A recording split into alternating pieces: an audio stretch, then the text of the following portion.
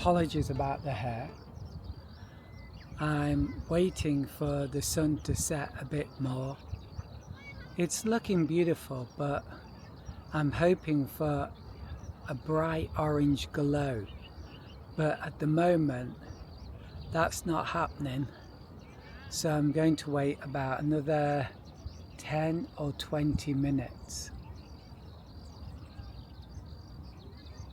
Hopefully. I'm not very patient. I want to go home and eat dinner, but I'm hoping that we're going to get some beautiful orange glowing sky soon. We'll see. It might not happen. So let's turn it round.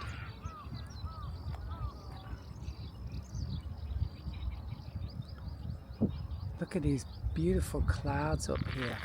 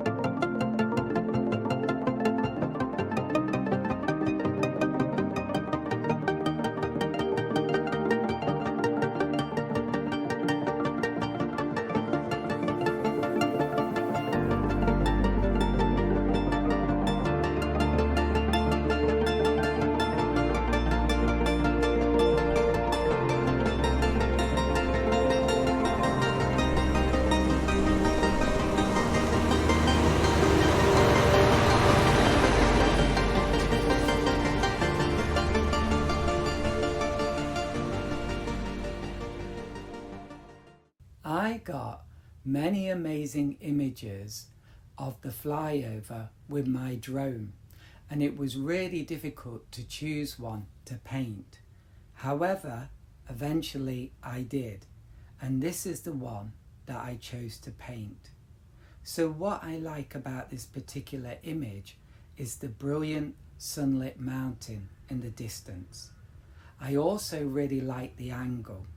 And I think it's interesting how we can see the whole of the city in a way, and at the same time the flyover kind of leads us into the city. It's a very interesting perspective. Maybe you can tell from the tone of my voice, I'm not sure, but it was a real joy to paint this image. Sadly though, I forgot to video the drawing stage. Anyway, after doing the drawing, I did my first wash, in which I wanted to capture that beautiful glowing sunset. Now, I didn't want a dull look, so I used only pure colour mixes. I started with a pure mix of yellow ochre, which is one of my favourite colours. Then I used a pure mix of red, which I then blended into the yellow ochre on the paper. I find that this gives me the most brilliant colours. Then I painted the mountain.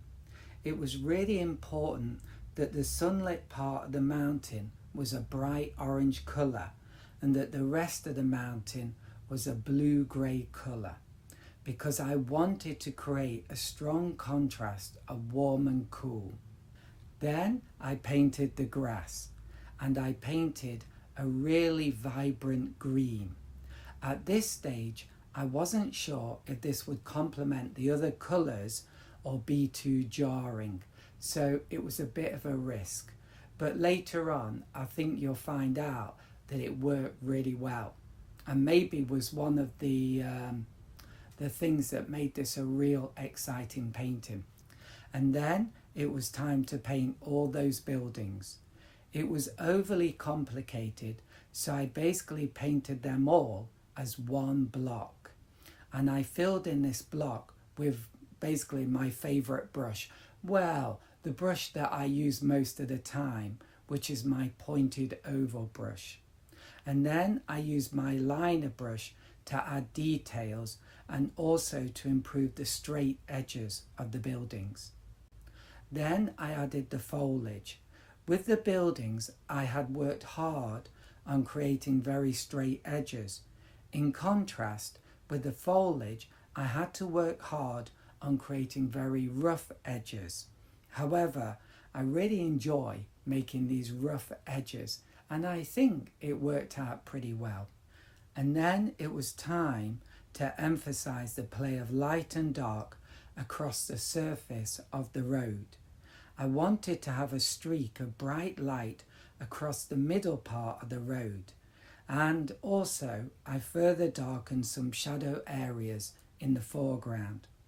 What I'm painting here is an intersection of a flyover, a bridge, an embankment path, and an exit road that slopes down.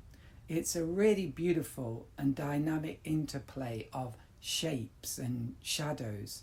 And for me, it's almost like some beautiful sculpture. First, I painted the flyover. It's a dramatic curving shadow that leads the eye into the picture. Next, I painted the dramatic dark pockets of shadows. Then I wanted to increase the dramatic surface of the road even more by greatly darkening the lower part of it. And I wanted to capture rays of light streaming across that dark surface. It's all about drama and trying to increase the drama as much as possible. Finally, it was time to add the details of the road and the cars. The cars, to be honest, were a bit daunting to paint, as I found it tricky to get the shape of them right from this elevated viewpoint. An added difficulty was the dramatic perspective change in the size of the cars. I liked this factor a lot, but it was difficult to get the proportions right and at the same time to exaggerate it a little for dramatic effect. And another difficulty was the car shadows. Because of the position of the sun, the shadows are not all running in the same direction, but are instead deviating away from one another in a radial pattern. Now, with my liner brush, which is great for creating elegant and decorative lines, I paint the railings. Despite not being normally considered aesthetic, here they really add to the overall beauty of the painting, at least in my opinion, because the railings connect the image. They add to the sense of direction that the road creates, and they also act as a kind of decorative detail. And they also have long, beautiful shadows, which is another interesting feature that I think makes the painting look interesting and beautiful. Then I add a few figures. I really enjoy painting figures, and I think this makes the painting much more interesting. Then I added some dramatically dark shadow areas, which increased the overall contrast of light and dark in the scene. Then it is time to add the tall, elegant road lights. It's very tricky, and I have to be very attentive to getting them going up straight and at 90 degrees. If they are a little off, it sticks out like a sore thumb. There's also a few signs to add. These lovely little details all enhance the beauty of the painting, in my opinion. Then it's the icing on the cake time, which is when I get out the white paint I love to get out the white paint and with my liner brush add the highlights. I begin with the cars, which have very interestingly shaped highlights. For the car windows, I add a touch of cerulean blue to the white paint. There's no reason for this except I just like the way it looks. And I love adding the little touches of light or white paint to the distant cars. It creates a lovely glittery effect. Then it's time to add the highlights on the railings and the buildings. I must admit that I got a bit carried away at this point and was beginning to add white paint everywhere. And then, after finally stopping myself, I moved on to the grassy field. I thought this looked somewhat bland, so I added some darkness to the foreground area, which I think made it more interesting and realistic. I increased the darkness of my dark areas once again.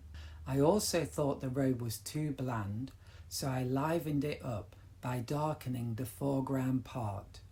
I also increased the dark area of the grass even more. It was so fun actually to add all this darkness, and I think it added a feeling of atmosphere to the scene.